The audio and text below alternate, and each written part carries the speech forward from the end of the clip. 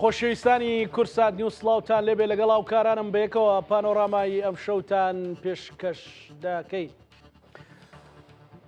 پرسی پێکەنانی کابینەی حکوومەتی هەرێمی کوردستان بۆتە مەتەڵێک کاش ینی زانیاری لەبارەوەی قورس و سەخت بووە. دوێنێ ئەنجومەنی سەرکردایەتی یەکێتی نیشتیمانی کوردستان بە سەرۆکایەتی سەرۆک باڵ کۆبوو. بڕیاریاندا کە لە 50 کەمتر قبول ناکەن و چیتریش چاوەڕێی ئەم دۆخە ناکەن. هەڵبەتە وتەبێژێکی نیشتیمانی کوردستان بەشێک یان ئەو پەیامانەی پێویست بوو بەڕای گشتی وت. دیارترینیان ئەوانە بوو کە باڵێکی خۆسەپێن هەیە لە ناو پارتی دموکراتی کوردستاندا و دەوێت خۆسەپێنی بەسەر حکومڕانی هەرێمی کوردستانەوە بکات، ئەمە ناڕاتە سەر و داوای 50 دەکەن و هەروەها لە چەند ڕۆژی داهاتوودا یان لە ئایندێکی نزیکدا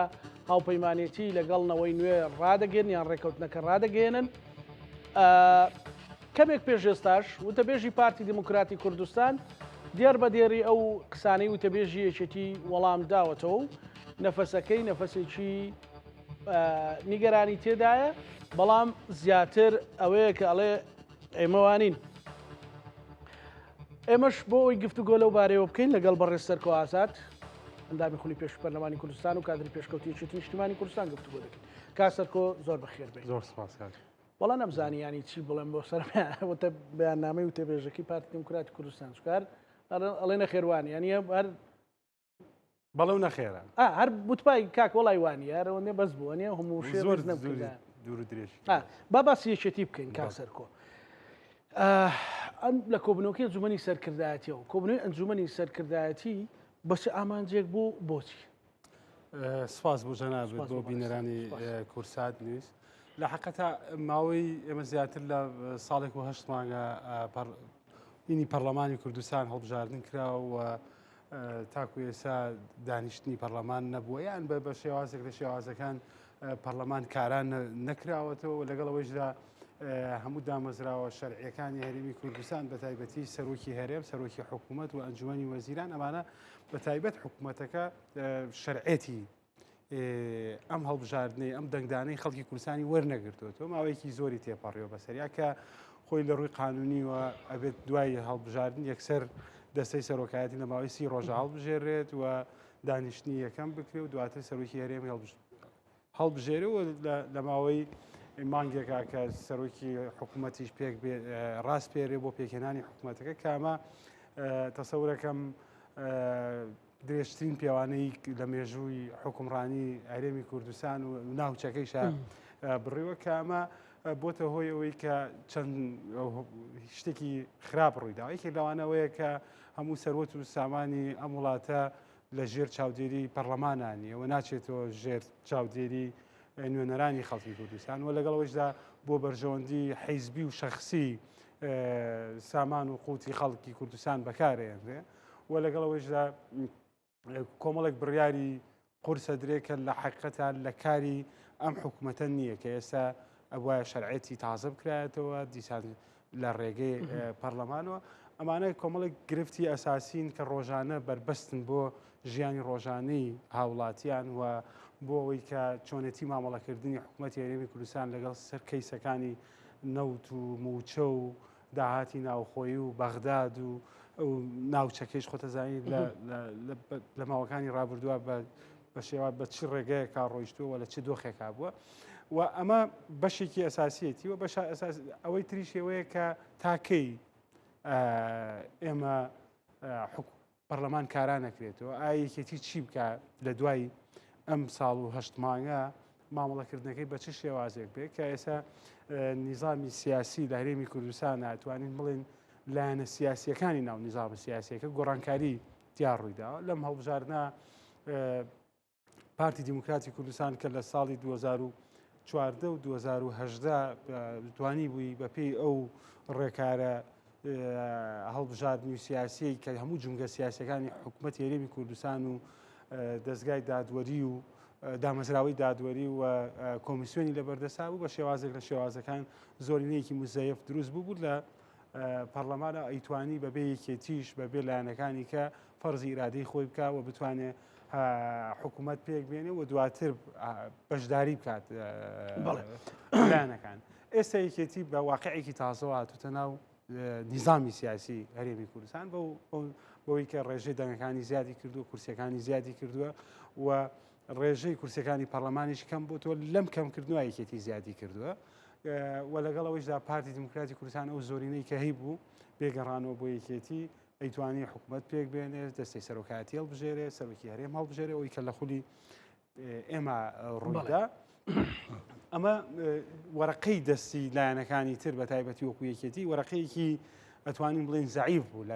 لە بەرامبەرە، بەڵام ئێستا کە تۆ خەڵک متمانەت دەداتێ و زۆرینەکە لەوە سەنێتەوە ئێوە کات و دواتر یەکێتی بە سیاسەتێکی ژیرانە مامەڵەی کرد بە تایبەتی لەم ناوچەیە کە بتوانێت ئیستیقرارێکی هەم سیاسی هەم ژیاری لەم ناوچەیە بکە و بتوانێت هاوپەیمانی دروستکە شتێکی تازە بوو لە پارتی کردوێتی، یعنی شتێکی تازە بوو بۆ یەکێتی کە بەو ڕێژە کورسێ بتوانێت نزیکی بکاتەوە. یان ئێستا تقریبان ئەوەی کە ئێمە بە پێی زانیاریەکانی من بەس لێم پرسیار مەکە ئەو کورسی تر چییە.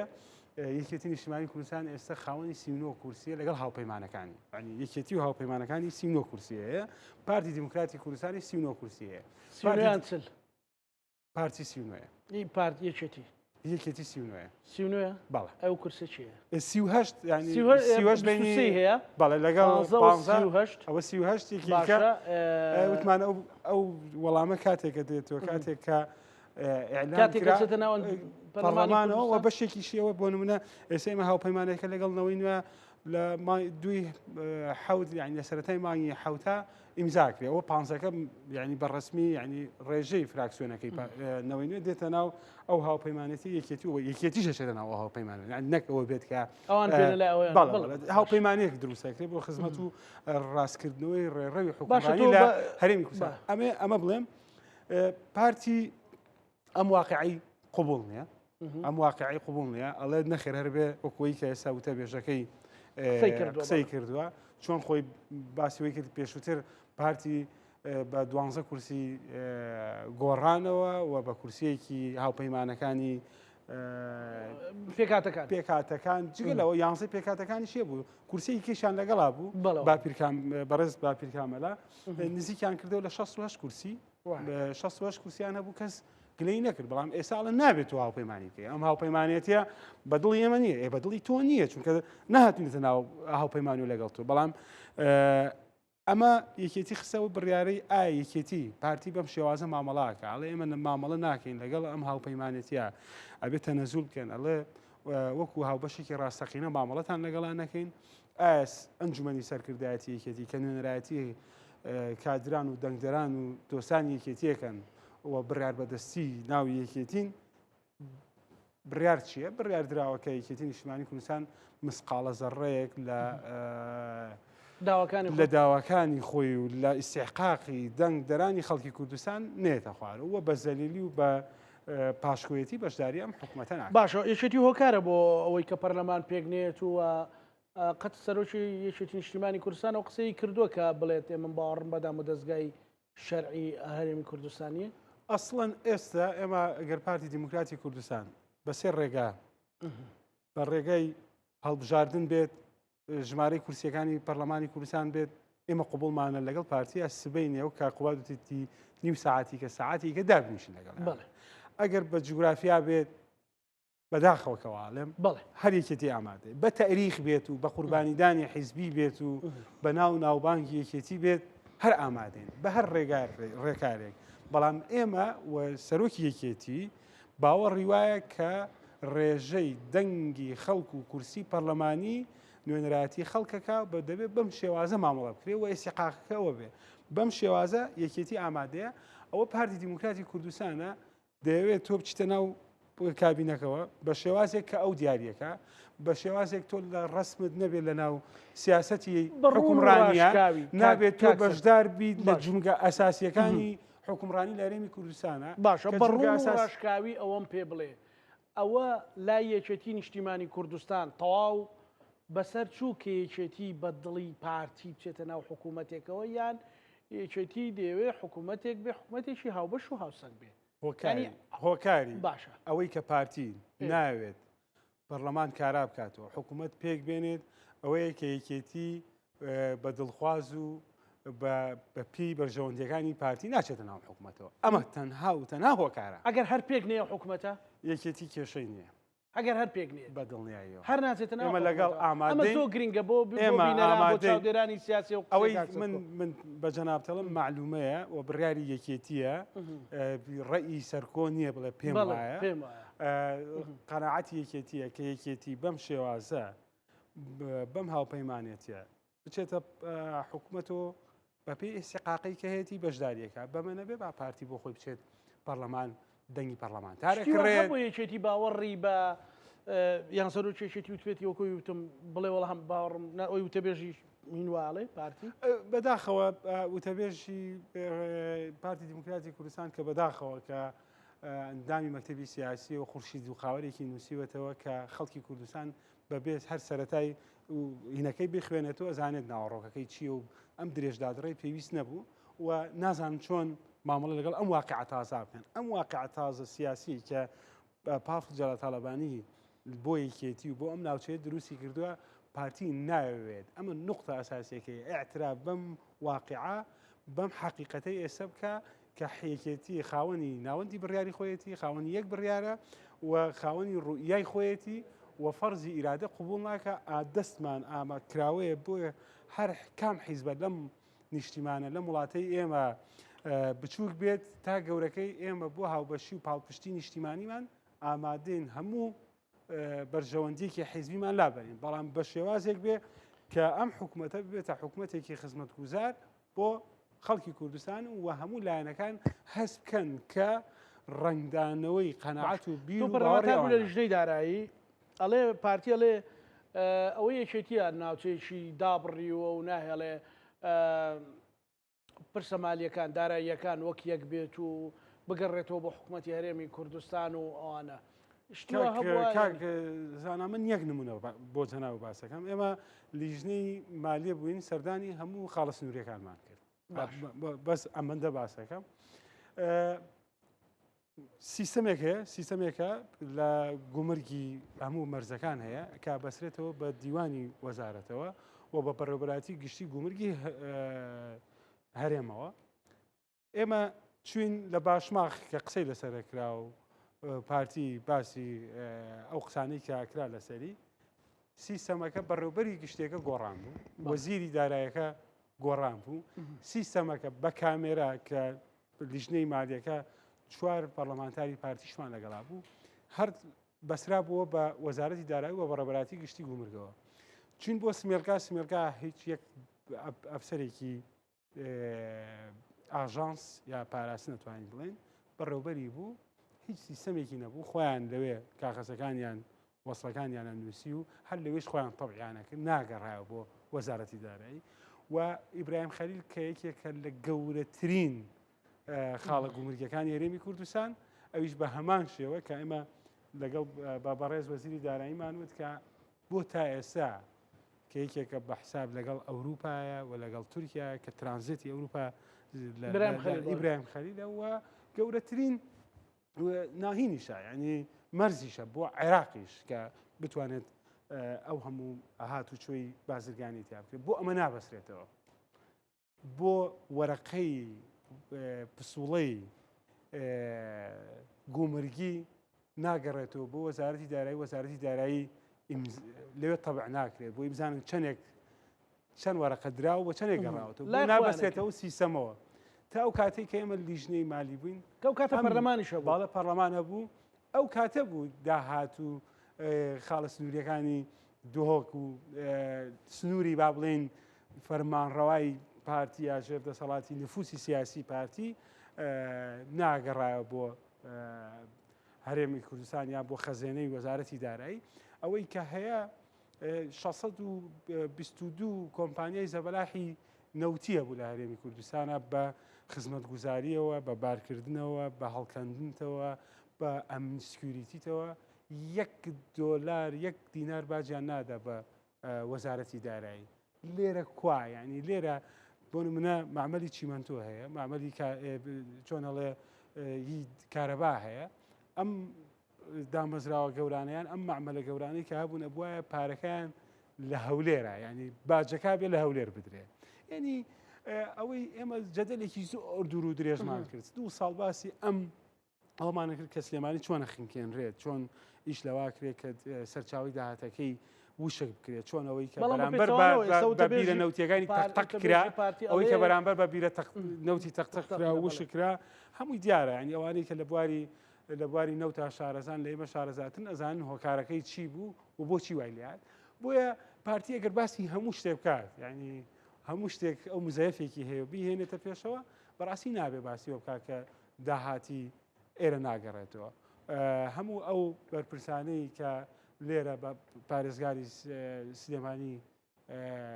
لە بزوتنەوەی گۆڕان بووە و ئێستا التیزامی تەواوی بە وەزیری ناوخۆیشەوە هەیە و بە سەرۆکی ئەنجومەنی وەزیرانیشەوەیە یعنی شتێک نییە دیار نەبێ ئەسڵەن سایتی شەفافێت هەیە کە دەقە بە دەقەوە ڕۆژ سەعات بڵاوێکاتەوە کە داهاتەکان چەندێک دێت کە نایەت ئەو ڕۆژانەی داهات نەبێت دیارە ینی بۆیە ئەو بەشێکە بەس بۆ هۆنینەوەی ناو بەیاننامەکەیە یەکێتی سنووری ئەو سنوورەی جوگرافیەی بە بارمتە گرتووە بوتە بێژەکەی پارتی دیموکراتی کوردستان واڵێ یعنی یاربەڕاستیەوە بە بارمتەتان گرتووە خەڵکەکە بە خۆسەپێنیە وەکو خۆیان ئەیڵێن وەڵاهی ئەوەی کە خۆسەپێنی کردووە لە ماوەکانی ڕابردووە بە درێژایی لە سووتاندنی بارەگای یەکگرتووی ئیسلامی و شەیدکردنی ئەندامانی سەرکردایەتی مەکتەبی سیاسی و زیندانیکردنی ڕۆژنامە نووسان و حکومدانی و بڕیاردەرکردن بۆ بەرپرسە باڵا و سەربازیەکانی یەکێتی کە لە شەڕی داعشا بوون و دواتر ئێعدام دەرکردن و زیندانی هەتایی ئەو نەمەتی حیاتی سیاسیە لە دووەکو هەولێرا بۆ پارتی کردوێتی و ئەوەی کە لێرای بینین ئێمە من بۆ خۆم هەیەکەکەم لەوانەی ڕۆژانە ڕەخنە لە یەکێتیەکرم ڕۆژانە لە مجلیسەکانە جەنابەت لەواتێت لە بەشێکیا بەشداربی یەکێتی ئەوە نییە کە نەتوانێت تەحمولیەوە بکە و ئەوەندەی ئەگەر بەس سەیری بکەی ئەوەندەی شوێنە ڕۆژنامە نووسە ئازادەکان و دەستگا ئەهلیەکان لە سلێمانیە لە دووەکە نییە دووە خەڵکی دووە قسەکە لەسەر خەڵکەکە نییە لەسەر ئەوەیە کە حکومڕانیەکە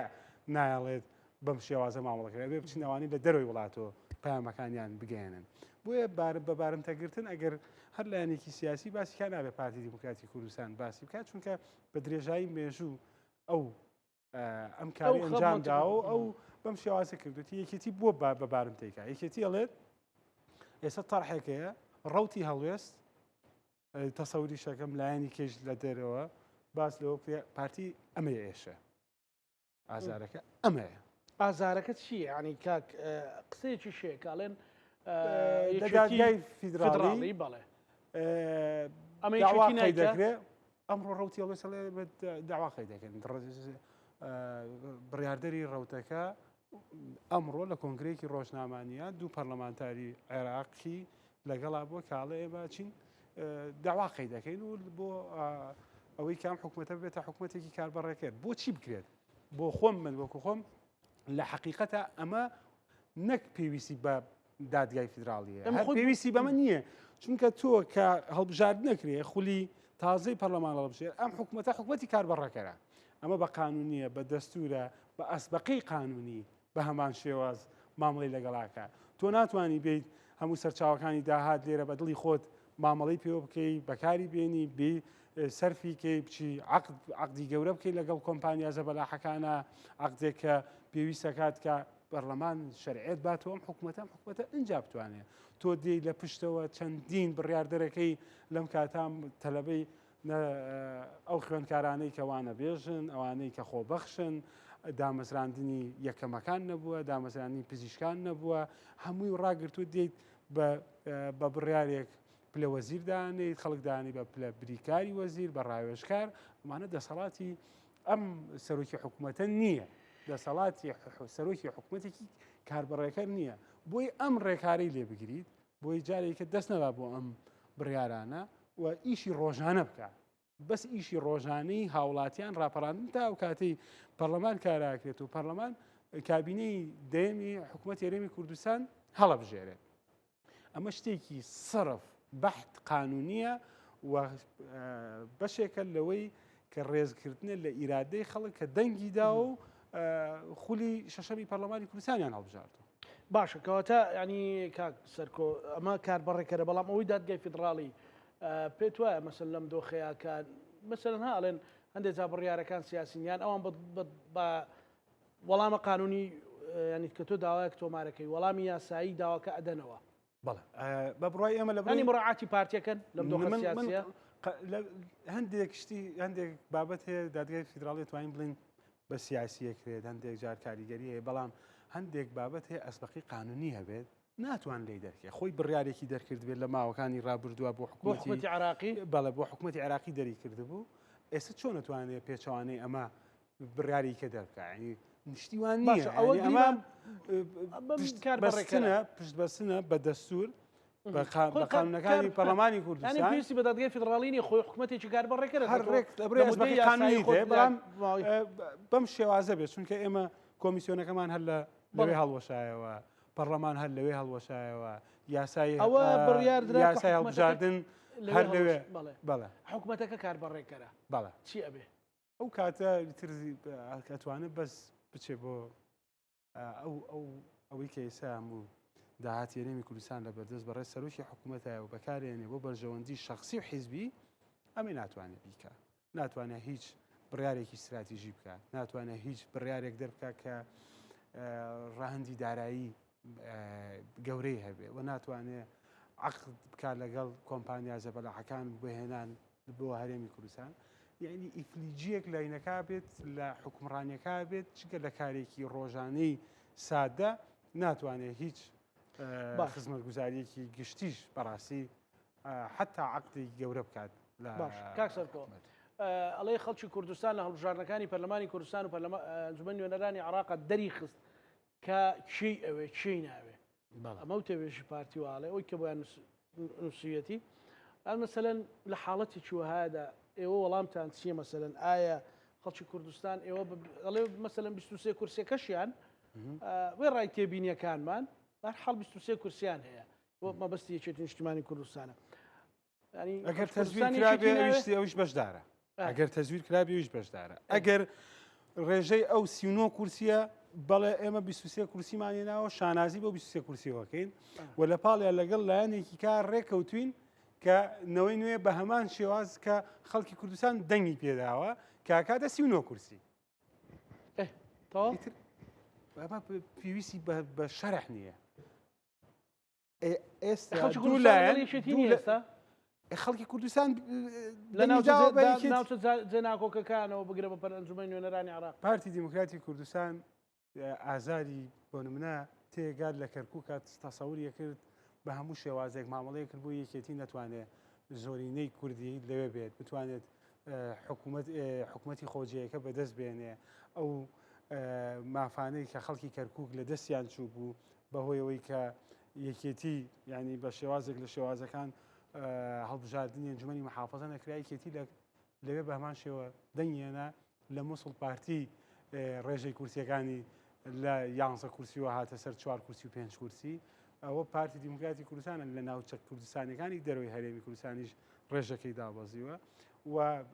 ئەوە پارتی دیموکراتی کوردستانە لە 45 کورسیوە هاتە سەر 39 کورسی ئەوە پارتی دیموکراتی کوردستانە لەوەی کە 11 پەرلەمانتاری پێکهاتەکان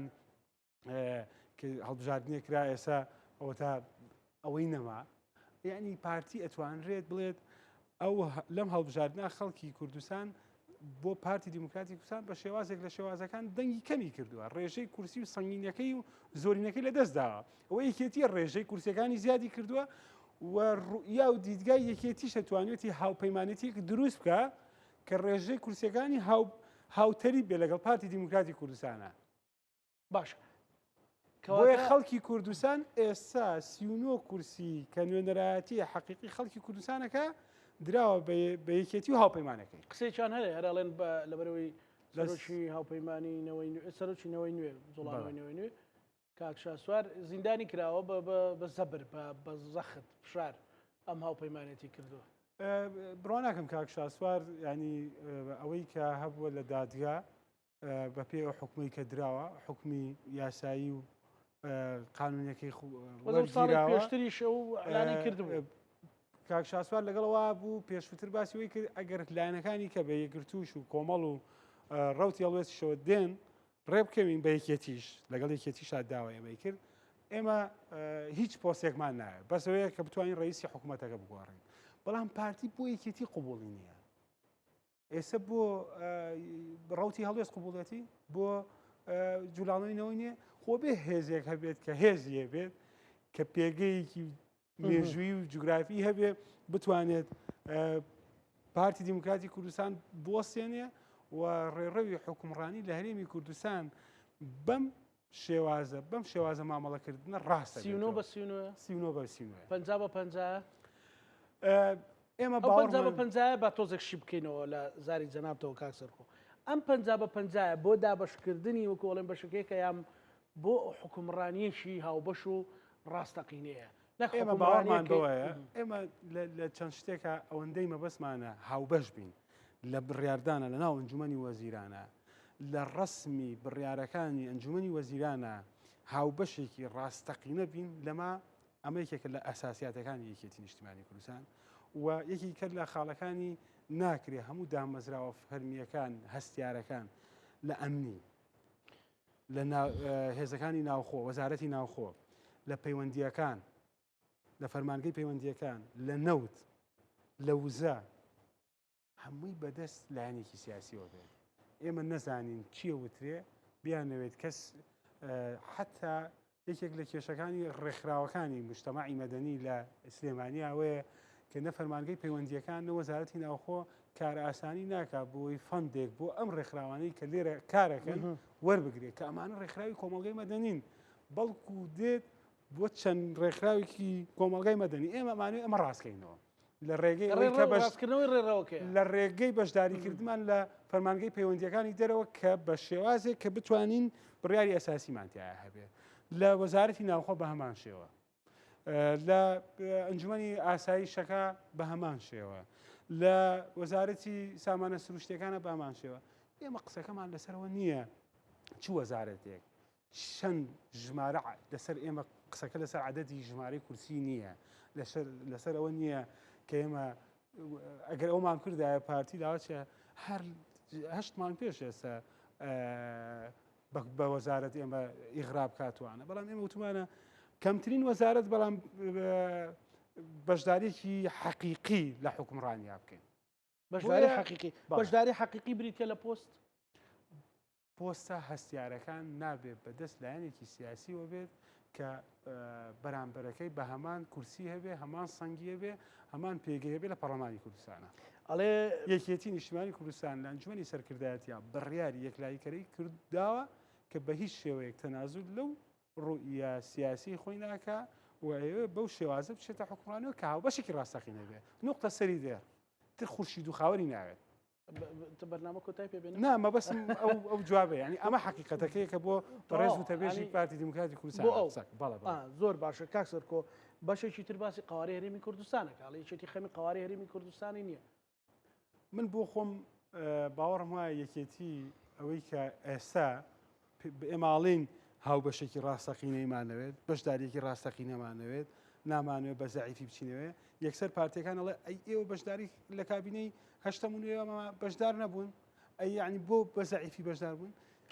ئێمە لەبەر دوو هۆکار بووە یەکێک لەوەی کە یەکێتی هەستی بەرپرسیارەتی نیشتیمانی لە ناو یەکێتیە هەڵقوڵاوی ناو خەمی خەڵکە و یەکێتی 22,000 شەیدی داوە لەم پێناوە بۆی کوردستان ئازاد بێ و قوارەی هەرێمی کوردستان پارێزراو بێ بەس قوارەیەک نەبێ مەس پەیوەست کرابێ بە مەساڵحی حیزبی و لە ناو حیزبیشا بە گروپێکەوە ئێمە ئەوە ناڵێن ئێمە یەکێتی لاوەچێت بەڕێز قوبا تاڵەبانی جێگری سەرۆکی حکوومەت دوو جار لەدبوونی هەرێمی کوردستانی پاراستووە بەوەی کە قوربانی بە بەخۆی بە شێوازێک لە شێوازەکان کە بتوانێت هەرێم پارێزراو بێ. ئێستا پارتی هەست بەمەی نەکردووە. ئێمە بەم هەموو شێوازە مامەڵەمان کردووە بۆی هەرێمی کوردستان دوولەت نەبێت، بۆی هەرێمی کوردستان پارێزراو بێ، بۆی یەکگوتاری هەبێ، نیشتیمان هی هەمومان بێت. ئێکە تۆ بەم شێوازە ئەتەوێت پاراستنی خەواری هەرێمی کوردستان ببەستیتەوە بە پاراستنی بەرژەوەندیەکانی خۆت و بە خۆسەپێنی خۆت لە حکومڕانیوە، ئەمەش ئێستا کاتی تێپەڕی و قەرارە ئەم بەم شێوازە مامەڵە ناکرێت. ئەوە پارتی دیموکراتی کوردستانە مەترسی لەسەر قەواری هەرێمی کوردستان دروست کردو. ئەو پارتی دیموکراتی کوردستانە ڕێگادات ساڵێک هۆشت مانگە حکوومەت پێک نێت لەسەر عینادی سیاسی خۆی لەسەر قبول نەکردنی واقعی سیاسی هەرێمی کوردستان. یەکشت بڵێم کاکسەر کۆ بۆ بینەرەکانم تۆ جەختەکەی تۆڵی پارتی دیموکراتی کوردستانە، ئەمە ڕئی هەموو پارتی دیموکراتی کوردستان ئەم عینادیە بە بڕوای ئێستا وتە بێژەکەی ئەڵێت ئێمە یەک ڕابەر و یەک گوتار و یەک ناوەندی بڕیارە. بەڵام ئەوەی کە لە واقعەکەی بینی لەم سیەکەی بەشێکی پارتی دیموکراتی کوردستان زۆر مەبەستیانە لە کۆبوونەوەکانە ئەوانەی کە لە واقعی تر بن مقازڕەمترن بە شێوازێک لە شێوازەکان خەمی کوردستانیانە خەڵکی زۆر بەڕێز و تێکۆشەر و دڵسۆزیە نیشتیمانە لە ناو پارتیا ئیشەکات کارەکە. بەڵام ئەو باڵە کاریگەرە من ناوێنم کاریگەر ئەگەر خۆسەپێن وتەبێژ بڵم نڵم باڵە کاریگەرە بڕیاردەرەکەی ناو پارتی توانایەوان هەیە ئەو بڕیارانەی کە پارتیە درێ ئەو شتانەی کە کاک مەسعود دەست پێشخەرەیەی دەرێ بڕێت دێن یەکسەر بە لێدوانێکیان بە قسەیەک لەلایەن سەرۆکی حکوومەتەوە کە ڕابەرایەتی ئەم بەشەی ناو پارتیەکە ئەی وەسێن و کوێچێتی هەمیشە هەموو پارتی دیموکراتی کوردستان نامانوێ ئێمە نامانوێ حەز ناکەین هیچ حیزبێک لە کێشەی ناوخۆیی هەبێت لەت بێ. بەڵام باوەڕمان وایە ئێستا پارتی هۆکاری تۆ وتت نامانێت کەسە و کێشەیە بچکۆی خۆمان ئازانی ئازار دەردەکەیمان هەبووە دەردەکەیمان هەبووە ئەوەندایمە باڵ و ڕوویای جیاواز هەبووە ینی یەکێتی لەوە گەشت بوو ئەوەی کە نێتوانی بڕارێکی دروست ئێستا چۆن جاران بەرپرسێکی باڵا هات نێردەی سەرۆکی ئەمریکا هات سێ کەسێ بینی لە ناویەکێتی دەستەی کارگێر ڕێبینی کاک جەنابی کاک وەسرەتێ بینی کاک بەرهەمێ بینی هێرۆخانە بێت. ئێستا پارتی وایە ئێستا بێت بچێت کاک مەسعود ببینێت کاک نێچیر ببینێت کاک مەسرور بێنێت ئێستا کاچێت کاک پافڵ تاوەتە پێویست ڕێی یەکێتی لای ئەمە. ئێستا ئەمەی بینین لە بڕی ئەزمونمان هەبووە لەگەڵیان بۆیە ئەم شتا بینی لە بەڵێ لە پارتیا بۆیە زانین دەردەکەیان ئێوە ئەو هۆکاریشە بۆی کەیسە ناتوان بڕیان خۆزاڵکردن و ئەو نەخوێنەوە ئەو واقع سیر نەکردنی کە جەنابەت بە درێژای بەرنامە باسەکەی لە هەموو پارتی وەرناگرن بە هەموو پارتی حساب ناخێر خەڵکێکی ئەزانێت کە ئێستا شەتی سیونۆ هیوادارین ئەم خەڵکانی کە ئەم بەشە زۆرینەیە ئەو بەشە زۆرینەیە بە بڕای من زۆرینەیە بەڵام ئەم بەشەی تر بەشی کاریگەرە لایەنی ئەمنی بەدەستە حکوومەتی بەدەستە و ژێگری سەرۆکی حیزبی بەدەستە سەرۆکی حکوومەتی بەدەستە و ئەتوانین لە ڕووی عەشایریە بڵێن جێنشینی کاک مەسعودە ینی قووەتەکەی لە ڕووی ئەمەوە لایەتی بەڵام زۆرینەکەی لایە زۆر باسی دەست پێشخەریەکی بەڕێز کاک مەسعود بارزانیە کرێ. بەڵێ یەکەم کەس بە لێدوان و بە وتارەکانی بە گوتارەکانی کە ئەو دەست پێشخەریەی شێوان چێ بوو بە بڕای من ئەو لێدوانەی کاک مەسرور یەکێک بوو لەو لێدوانە خراپانەی کە باسی لەوە کرد کە ئێمە بە شێوازێک لە شێوازەکان پەرلەمان کارا بێ بکرێتەوە ئەنجا دانیشتن بۆ حکوومەت لە دنیا نەبووە لە هەموو شوێنێکە لە عورفی سیاسیان لە عێراق لە هەرێمی کوردستان ڕێکەوتنی سیاسی کراوە لەسەر دەستەی سەرۆکایەتی پەرلەمان لەسەر کابینەکە لەسەر سەرۆکی حکوومەت جێگر وەزیرەکان ئینجا ئیتفاق ئیمزا کراوە ڕێوڕەسم کراوە دواتر پەرلەمان کۆبووەتەوە دەستەی سەرۆکایەتی بژاردوو دواتر سەرۆکی هەرێم. یعنی ئەمە یەکێک بوو لەو هۆکارانەی کە بەداخەوە هەم دەست پێشخەرەکەی جەنابی کاک مەسعود و دەست پێشخەرەکەی جەنابی مامۆستا سەلاحەدین بەهادینی خسە نوقتەیەکەوە گەڕاندیوە خاڵی سفر و نوعێک لە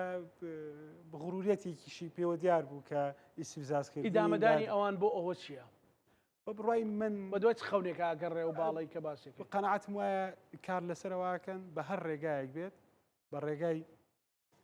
فشاری ئەمنی بێت بە ئیغراکردنی مادی بێت پەرلەمانتار بتوانن زەختەکەن لە لایەنی سیاسی بە تایبەتی ئێستا ئەگەری هەیە لەگەڵ یەکگرتووە داوایان کردووە لە داوایان لە ڕەوتی هەڵوێز کردووە ئەگەر ئەمە نەبێت دواترە چنە ناو وەکو دەستگایەکی ئەمنی کارەکرن بۆ ڕاکێشان یا کڕینی پەرلەمانتارانەی لە لایەنەکانی کە بۆی بتوانێت پەرلەمان کارا بکاتەوە بۆ شخصی خۆمە ینی چاوی لەمەیە ینی غڕوریەکەی لەمایە بۆیە ئەگەر ئەم بڕیارش دەرکا ئەبێتە ئەو کاتە بەداخەوە کە هەرێمی کوردستانە چێتە دۆخێکی زۆر خراپ کە پێشینەی نەبوو بێت. کاک سەرکۆ ئەم دۆخە ئیدامەدانی ئەوە پەیامەکانی یەکێتی ڕوونەوەی پارتیژ ڕوونە بەڵام بەردەوامیدانی ئەم دۆخە ئەمان گەێنێتە شوێ بە بڕای من دۆخی نێوان یەکێتی و پارتی بەپێ ئەم شێوازی مامەڵە و ئەم بڕیاری خۆسەپێنە و بڕاردان و قوبوڵ نەکردنی واقعی سیاسی و گوێنەگرتن لە دەنگ و پێگەی خەڵکی کوردستان و لایەنە سیاسەکان لە پەرلەمانی کوردستانە چەق بۆ سوێیەکە ئەگات بۆ نوقتەیەکی لێکترازانێکی زیاتر لە نێوماڵی کوردیا دروستە بێ و بە ڕای من خەواری هەرێمی کوردستانیش لاوازە بێت و ئەبێت ئەوەی کە هەموو لایەنەکان تایە زەرمەند دەبن. باشە پارتی ئەو بەشێک کە پارتی باسەکەین با هاوە شوا بڵین هەڵمەتێکی لە مرۆڤ خستن لە ڕێگەی سوۆشال میدیاوە مەسەلەن لە ڕێگەی مێدیاوە دروستەکەن مەسەلەن بە جۆرێ قسەکەن طبعا خۆمی ڕۆژنامە نووسم ئەزانم لە هیچ تەکێتێکی ئەلامیە ئەوە نییە مەسەلەن من حرمەتم بۆ هەموو بەرپرسێکی سیاسی یار و نێیار هەیە ناکرێت تۆ بەناوێک باسیکەی پێت وایە ئەم هەڵمەتی بە شەیتانی کردن و لە مرۆڤ خستن و بوختان دروستکردن و وانەی لەناو سوۆشال میدیاکانە کە مەبەرمەجە پلان بۆ داڕژراوە بۆ خۆی یەکێک لەو شتانی کە ئێستا بەداخەوە ئەو لایەنەی کە لایەنە ئەو باڵەی ناو پارتی دیموکراتی کوردستان کە ئیمکانەتێکی هائیلیان لەبەردەسە لە ڕووی مادیەوە و لە ڕووی کڕینی دەنگەوە و لە ڕووی ئەوەی کە سوپایەک لە سۆشیال میدیای دروست کردووە ئەمڕۆ ئێستا من قساکەم لەسەر پارتی لەسەر سیاسەتێکی پارتی لەسەر بەبێتە شیر دەڵێن جەنابی کاک مەسرور بەڕێز کاک مەسرور ئەوان ئیتر کە ئیعازەکان بۆ دێ ئازیان بۆ دێ و دەسەکەنە بوختان و بۆ ناشرینکردن یەکێکە لە نقطەکانی لێرە نایانەوێت هیچ ڕموزێک لە سلێمانیە دروست بێت ویانەی ڕموزەکانی ئەم شارەت بشکێنن ئەمە خەڵک نییە ئەمە لایەنێکی ئەمنی ئەم کاراکە وەیەکی کە لەو شتانەی ئەو کەسانی کەیانەوێت ڕوئیاکەیان بۆ نمونەیەکێتیوێ حکومڕانی لە هەرێمی کوردستانە ڕاست بکاتەوە باوەڕی بەوەیە ئەم براگەورەیە کۆتایی هاتووە بەپی بەڕەکەی خۆت پێت ڕاکێشە ئەمە قوبوڵکراو نییە هەر کەسێک هاوپەیمانی دێتە ناو ئەم هاوپەیمانی و دێتە ناو ئەم بەرەیەوە کە یەکێتی ئەزان ئەمانیسە بەرەیەک دروستەکە یەکێتی بەرەیەک ئیعلانەکات لە چەند مانگی ئایندا لاوەچە لەگەڵ زۆر لایەنی سیاسی تریشە ڕێکەوتن کە ئیتفاقێ بکات بۆی بەرەیەکی بەهێزە بێت دێن لەم ڕموزانادن دێن لەم کەساتیاندادن کە لەگەڵ ڕوئیای واقعی هەرێمی کوردستانان لەگەڵ ئەوەیە کە ناچێت پاشخۆیەتی بکە ناچێت خاوەنی ڕوئیای خۆی نەبێ ناچێت بچووکی پارتی بکە دێت ڕێکەکەویتە بەر ئەم هێرشە ناڕەوا ناشرین کرد ئەم مۆدێلە لە 15 ساڵی ڕابردووە بە تایبەتی دوایین شقاقەکان 2009 ئەوانە هەبووە بەس بەم جۆرە نەبووە بەم جۆرە نەبوو بەڵام بەردەوام هەبووە ئەمە ئیدی گوتارێکی یان پیلانێکی بەسەرچوونیە و کۆڵێن ئیسپار نییە خەڵک بۆ دۆخی ئێستای نا ئێستا بۆ منە خەڵک یەکسەرڵێ کە قساکەین جەنابەت بۆ منە 100 کەسە نێرن بەس بۆ کۆمنت نووسین بەم شێوازە لە 100 ئەکاونتی فیکەوە بەس خەڵک تێگە وڵی خەڵکی ئێستا وەرەقەی سپێ خوێنێتەوە وڵی پێشەوەی کە کاک مەسوول قسەی کرد یەکسەر زان پشتی قسەکەی چییە وڵی پەیجە سێبەرەکان قساکەنە زان ئەمە بۆ لێدانە ئیگی کایەن بەرزێکەنەوە زان ئەمە لە بڕۆی دژی لایەنێکی سیاسیە قساکات ئیبرازیەکەن و گەورەیەکەن ینی بۆیە کاریگەری نەماوە وەکو کاریگەری بەس بۆ تەغزیەی کادرەکانی خۆیان و لایەنگرانی خۆیان پێویستیان بەمە هەیە پێویستیان بەم شەیتانیکردنە هەیە بۆی دوژمنێک وەهمێک بۆ خەڵک دروستکەن بۆی گوێ نەگرن لەو خەڵکانی کە ئەمە سوودێکی بۆ قاڕێرەمی کوردستان و بۆ مەسلەی کوردایەتی و نیشتیمان پەروەری هەیە ئەمە واکات هەندێک هەیە بەرگە ناگرێت هەندێک خەڵک هەیە بەرگەی ئەم تەشیرە ناکرێت تااقەتی ئەوەی نییە هاتووە ڕوویایەکی تازەیە خاتە سەر ڕخنەیەکە گرێ بەر ئەم لێشا و تۆمەت و ئەوانە بێتەوە بێدەنگە بێ یا چێتە دواوە یان ناوێت لەم گۆمیلیخنا پیس بێت بۆیە هەموو دەنگە جوانەکان یان ڕوئیا جوانەکان یان دەنگە جیاوازەکانی ناو مجتەمەعی کوردی پەرتەکە و سپی و ڕەش لەبێنی سپی و ڕەشە دایان ڕەنگیکە هەیە لە ئینسان ئەیبینێت ینی ناکرێت یا شەیتان یا فریشتەبی بۆیە بە بڕای من یەکەم جار لە دامەزراوەکانی حکوومەت هێرێمی کوردستان متمانە بە دامەزراوەی یاسا دادوەری لەقەکات و بە سوڵتەی تەنفیزی بە تایبەتی حکوومەت چونکە هەر شتێک لە حکوومەت بێ کابینەکە بە ناوی کابینەی سەرۆکی حکوومەتوەیە هەر خراپەیەک بێت چۆن لە بینیمان لە هەڵبژاردنەکانە هەر دەستکەوتێک کرا بێت ئەیوت ئەمە دەستکەوتی سەرۆکی حکوومەت و سەرۆکی حکوومەت ئەم بڕیارەی دەرکردووە بۆیە بە هەر شکستێک هەر خراپەیەکیش بەم شێوازە مؤسسەکان پشتیوانی لە کەدارکردنی کەسایەتیە دیارەکانی ناو مجتەماع و کەسایەتیە نیشتیمانیەکان بدەن هەرم حکوومەتە پێی ناشری نەبێت لە ناو خۆ لە دەرەوەی وڵات دەرەوەی هەرێمی کوردستان خەڵک دڵنیا بێ لە یەکێتی نیشتیمانی کوردستان لە هەر ئەگەرێکدا ئارامی و ئابووری و ژیان و گوزەرانی خەڵک پارێزرا بە بڕوای ئێمە سوپاس بۆخوا ئێستا یەکێتی نیشتیمانی کوردستان هەم ڕوئیای سیاسیەکەی دیارە لە ڕووی سیاسیەوە لە ڕووی ئابووریەوە لە ڕووی ئەمنیەوە و لە ڕووی مامەڵەکردنی لەگەڵ بەغدا کە بینیمان خەڵکی کوردستان ئەزانێت ئەگەر پێگەی یەکێتی لە بەغداد چۆنە لە سەرۆکی کۆمارە پارتی پێگەکەی چۆنە لە دانانیەوەی کە یانویست سەرۆکی کۆمار دابنن و پارتی پێگەی چۆنە لەوەی کە نەتوانرا جێگەی سەرۆکی پەرلەمانیشی بۆ دەربچێت وەزیری